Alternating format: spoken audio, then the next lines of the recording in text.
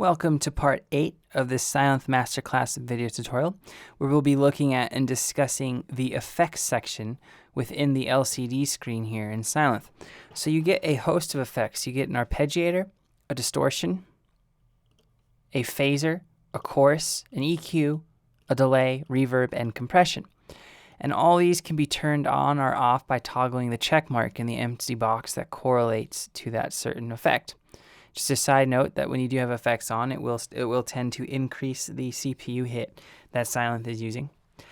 And the first effect that you get is the arpeggiator. Sylenth's arpeggiator is really, really deep. It is capable of doing a lot. It's probably one of the most intricate and or advanced arpeggiators I've seen in most soft synths. There are a couple that have ones that are a little bit more in depth, but as far as like your kind of 4-oscillator virtual analog emulation synths, this kind of takes the cake. So the first thing that you'll see, we're going to go through this kind of left to right here, is if you turn it on, check mark will appear, and I'm going to play a C note real quick, and you can hear what it's doing. So the first thing that you see is this mode box. If you click it, a drop-down window will accompany it. And you have up, down, up, down 2, down, up 2, random ordered step, and chord. So the mode is kind of telling Sylenth what order to play the notes in. So Sylenth isn't just an arpeggiator or a gate. It's also a kind of an automated MIDI sequencer. You can actually make whole progressions off of just holding one note using the step sequencer at the bottom. And that's all dependent on how you set up your mode and velocity within these two drop-down boxes. So let's go through some of these modes real quick. So if I hold a C note and I have it on up, and it's set to octave, you can see it's just going from C2, which you can see right here in Logic. That's the note I'm pushing. And it's just straddling from C2 to C3. So if I play it quick enough and don't give it time for the arpeggiator to kick in, I can do it manually.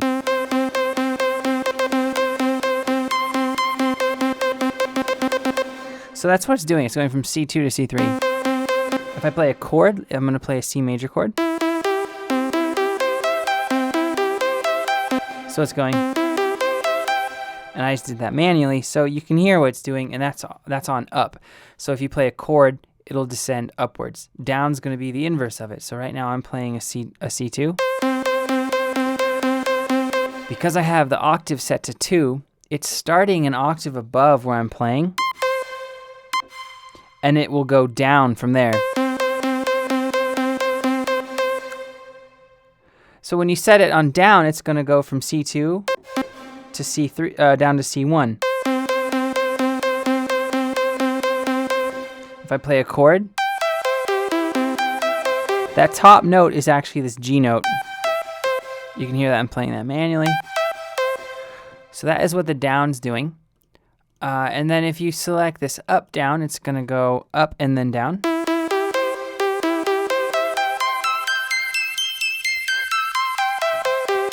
And so I pushed that up to 4 so you could really hear it go. Let me turn it back down to 2. So it's moving upwards and then going back down. And then up, down 2 is doing something in a similar fashion. It's just changing up a few note order of the notes.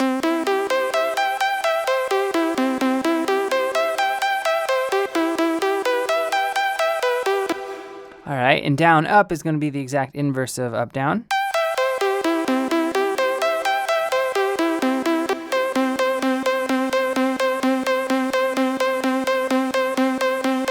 And then down, up 2 is going to be similar to up, down 2, but just working in reversed fashion.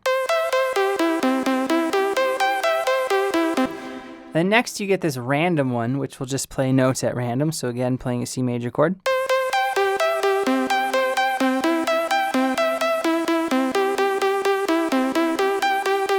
So you can hear that it wasn't doing anything in any particular order.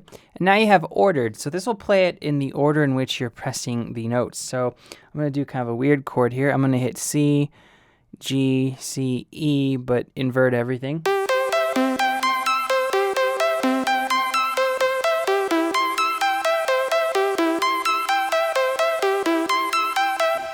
So So you can see on the keys down there, I wasn't just playing a typical C triad. It was doing something a little bit more interesting with that ordered fashion. And now step and chord. So what step actually stands for is step sequence. And what chord actually stands for is step chord. It's just abbreviated with chord. And what both of these will do is they'll tell Sylenth to look at the step sequencer here at the bottom.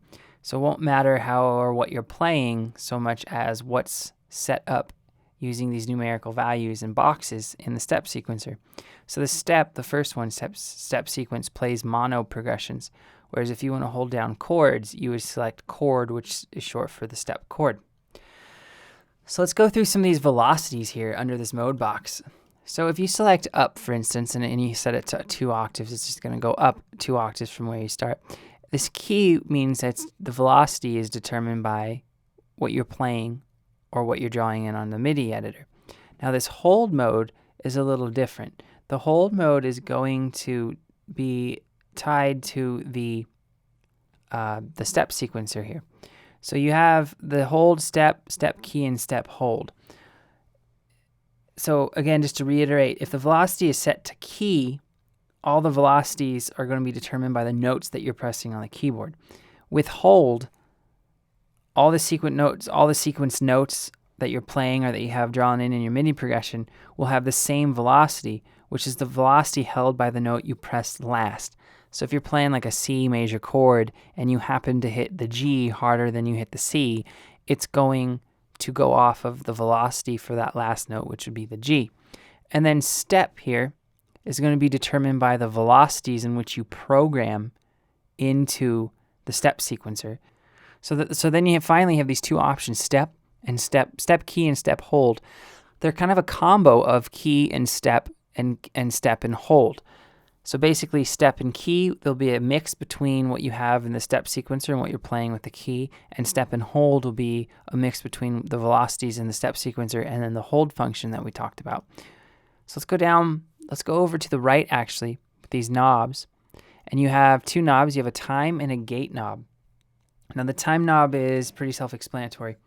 It will determine the time in which your sequence or arpeggiation is being played. By default, it's at an eighth note time swing. So essentially what Sylenth is doing is it's speeding up the time in between the notes that you hear, but to our ears it just sounds like it's speeding up. And then you have this gate knob, which is kind of cool. So this gate changes the duration between the notes that you hear. So set at halfway at 50% where it is by default, it sounds like what we've been hearing. And if I crank it down, you're not going to hear any sound, just those clicks. So if you turn it up just a little, you'll notice that it's more staccato than it was at 50%. And then if I boost the gate to 10, you're not going to hear any separation in between the arpeggiated notes.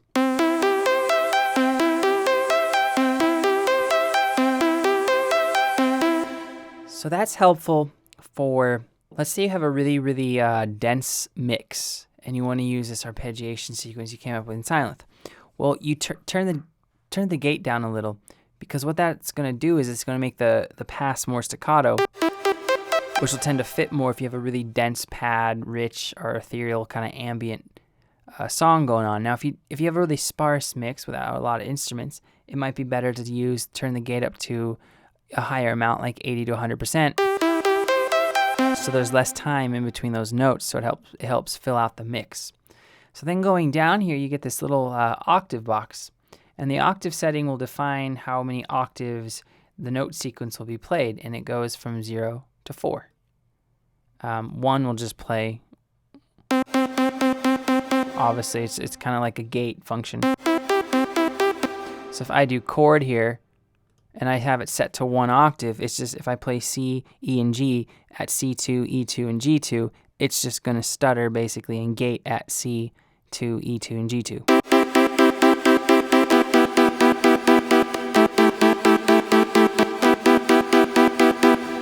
So that's how you can get those gates instead of arpeggiation type feel progressions.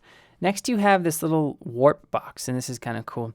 So this directly ties in with the sequencer. So you could, this has a value from 0 to 16. And now you could change this to your blue in the face. And if you don't have it set up to your step sequencer, it's not going to do anything to the sound. So right now it's still not going to do anything. Keyed in some really ugly, basically some sequence notes here.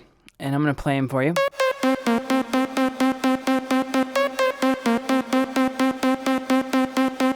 So you can hear what it's doing. It's playing that plus 13, plus 12, and then just a bunch of zeros, right? So the best way to show you what this little warp box does is to kind of show you with these ugly notes. So I'm now going to select 2. So what that's telling Sylenth to do in the step sequencer is it's going to play that plus 13, that plus 12 note, and then go back to the plus 13. So now you're not going to hear any of those normal notes. So again, listen. You're not going to hear any of that. So let me go back to 2. So now it's just those ugly notes. So now it's octave, 2 octaves, 1 octave. So the warp is basically a loop function. I don't know why they don't just call it a loop, but that's what it's doing. It's looping a box. So if you wanted to loop out to, like, let's say 6 or 7, 1, 2, 3, 4, 5, 6, 7, there you go. There's 8 boxes on each of these pages. That's a good segue into the next part of it. There's 2 pages in the sequencer, and you can copy and paste in between both of those pages, which makes it easier. The warp function comes in handy if you have a simple, like, 5-step to 6-step, 4-step even progression that you don't want to have to copy all the way out or key in all the way out. Just set the warp knob, or I'm sorry, the little warp box, and it will loop. It'll set a loop point for you. So let's start discussing this actual step sequencer here that you'll see at the bottom of the panel. So the transpose parameters are going to change the pitch of the sound, and they work in semitones, which means it's going up chromatically, which means 1 step, 1 key at a time on a keyboard.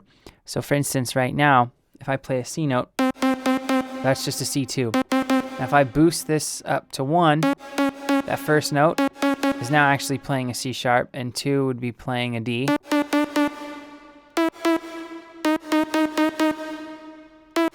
And you can see I'm still playing C down. And I'm going to turn down the velocity all the way just so you can hear it on these first 2 boxes. See how there's no sound? So watch when I push. There's a delay between when I hit it. It's because I have the velocity all the way down. So you can turn different velocities here as long as you have the velocity on either step, key, or step hold. If you just have it on key or hold, the velocity is not going to work down in the step sequencer. So I'm going to change some of these velocities, and then I'm going to make it go from 1. So let me actually come up with a progression here.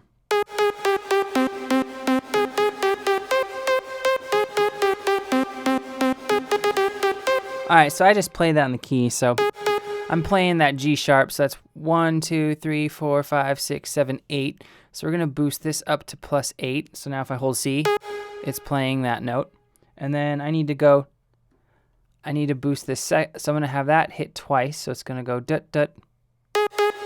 And then I'm going to go to plus 7 because I wanted to play that actual G note. So I'm kind of going,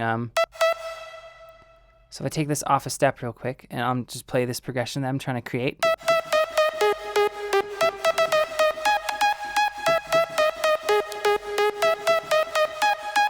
So I need to go now down to C, so I'm going to bring this back to step, and this is going to be 0. So now we have, so this fourth one needs to be 7 as well. And then this is going to be, I'm going to turn this one off. So now you're going to have that little space.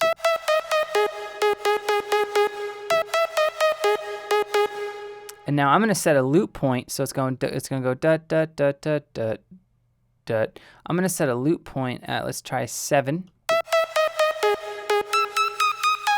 I'm going to set the octave to 1, so it just plays the progression once through.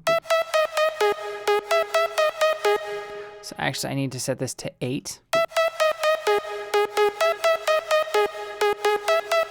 All right, so let's copy that to page 2.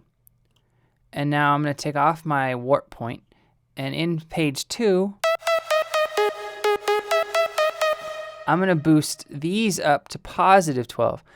So they're going to play that C note above it. So now we have a 16-note sequence going on that we just created in real time.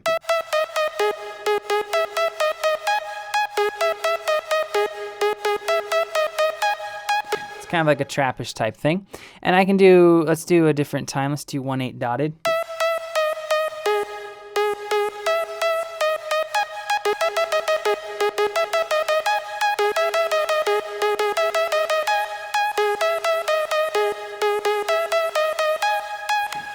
So you can see how the velocities come into play, the transposition comes into play, and how I can actually kill whole notes with the velocity. I just turn it down past 0, and so I can turn certain notes up that I want to accent. So let's turn that up to 127. Let's do that note down, up to 127 and turn this one down a little.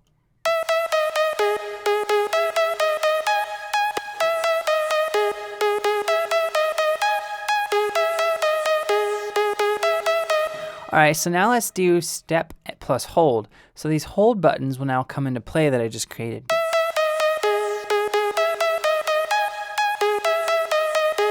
You can hear how that's different as opposed to just step.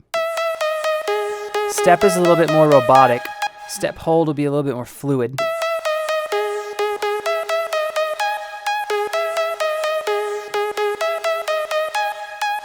So there is how you can kind of create a really simple type of sequence inside of Sylenth. And when you do record it, it won't actually record the actual MIDI value notes. It'll just, if I hold down C, it'll just be a long drawn out C note. But that basically covers everything in the all the options you have afforded to you in the arpeggiator. One last thing I wanted to touch on was the step velocity modulation source we spent a good amount of time on in the last video. That is always tied to this miscellaneous output here. You can see for source, you can select step velocity right here. So that's always on regardless of whether you have the arpeggiation on or the sequencer on. So let's actually real quick do a chord thing with this. So now if I set it to that chord, that step chord, and play a chord, it's going to play my step sequence as a chord. That's a great tool for all you deep house producers out there that want to kind of create some really interesting stacked chord sounds. You can do it in the arpeggiator, and it's really easy to use, as you can see. All right, so let's go on. I'm going to cover 2 more effects in this video, and then I'm going to do the chorus, the EQ, the delay, the reverb, and compression in the next video, so it's going to be a 2-parter for the effects. So next we have this distortion module. And the distortion you have, when you click on it, you have this type box. And if you click on that, you're going to get a drop-down menu, and you'll see overdrive, foldback, clip, decimate, and bit crush. So there are 5 different types of distortion you can use in Sylenth. So I'm going to turn it on right now. And we're going to pull this progression back.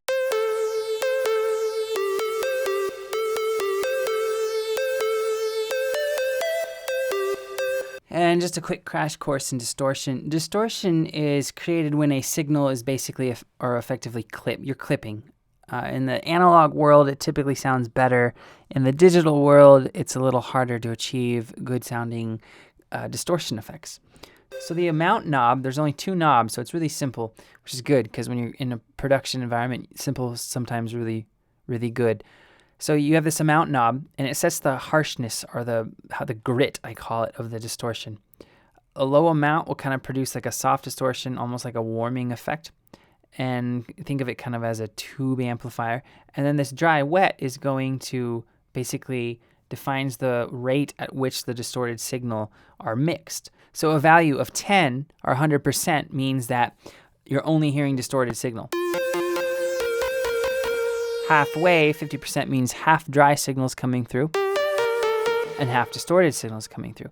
But I'm going to boost these up for the tutorial just so you can kind of hear what each distortion type sounds like. So the next distortion type you get is foldback. Now foldback is a unique type of distortion because normally distortion will basically have a ratio of 1 to 1 from the input to the output stage. Now, foldback is allowing the output signal to continue to fluctuate with the input, so it's not a set ratio. So this will change the tone of the distortion, which you'll hear right now.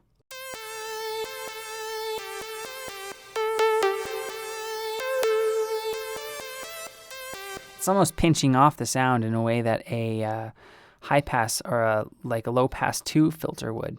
So next you have this clip option, which is going to, clipping distortion is essentially what all distortion is doing is it's creating clipping. So it's just going to be a really noticeable distortion effect.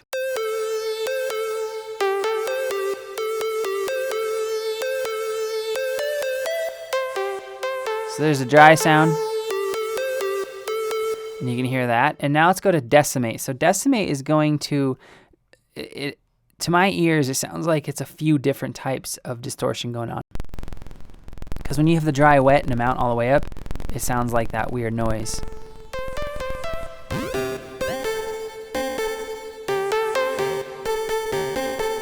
So I hear like it's actually degrading the audio quality a little bit, almost in the way a bit crusher would, but it's adding some very, very harsh distortion to it. So you can kind of create like those Melbourne bouncy trap vocal sounds using that, because you can hear that it's changing the timbre of the sound quite a lot. And then finally you have the classic bit crusher, which is going to lower the bit rate.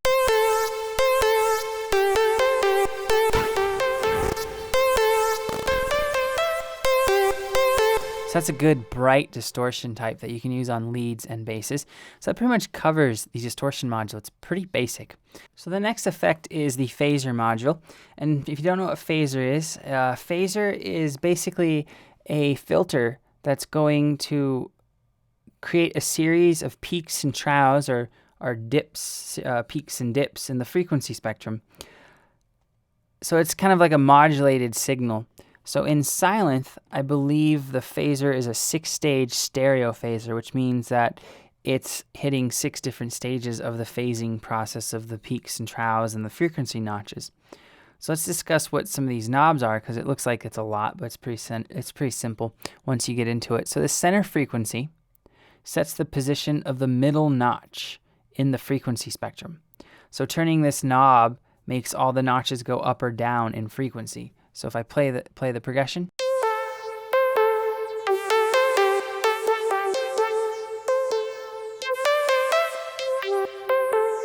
it's kind of like widening out the notch, so you're getting a little bit more bass or a little bit more treble coming through depending on which way you turn it. So let's go to the spread knob now. The spread determines the distance between the notches, and there should be a picture appearing, or there should have been a picture appearing that you can see that I'm going to put on the video. So that kind of shows you visually what's going on with phasing, so you get a clearer picture of it if you're a visual learner like myself. So think of it as kind of like a sine wave going up and down, up and down. The spread knob is going to spread out the distance in between your peaks and dips.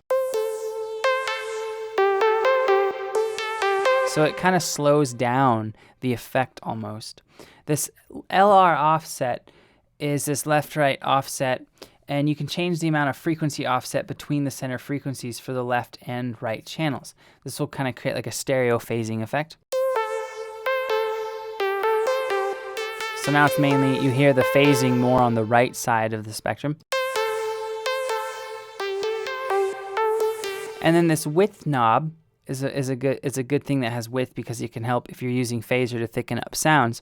The width is going to basically change the stereo presence of your phasing effect, so it's going to spread it out in the stereo field.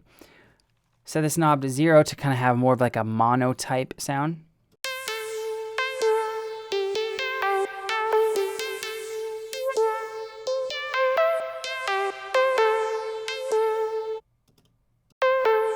So you can hear that kind of helps just spread out the width of the phasing effect. And then next you have the LFO rate and LFO gain.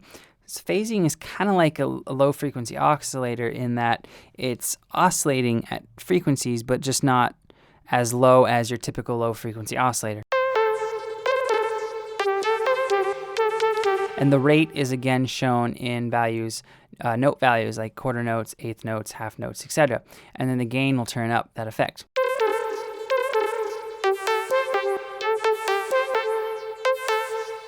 So not all phasers will have that internal LFO. So that's what's cool about Sylenth's phaser, is it has a lot going on. And then you have the feedback.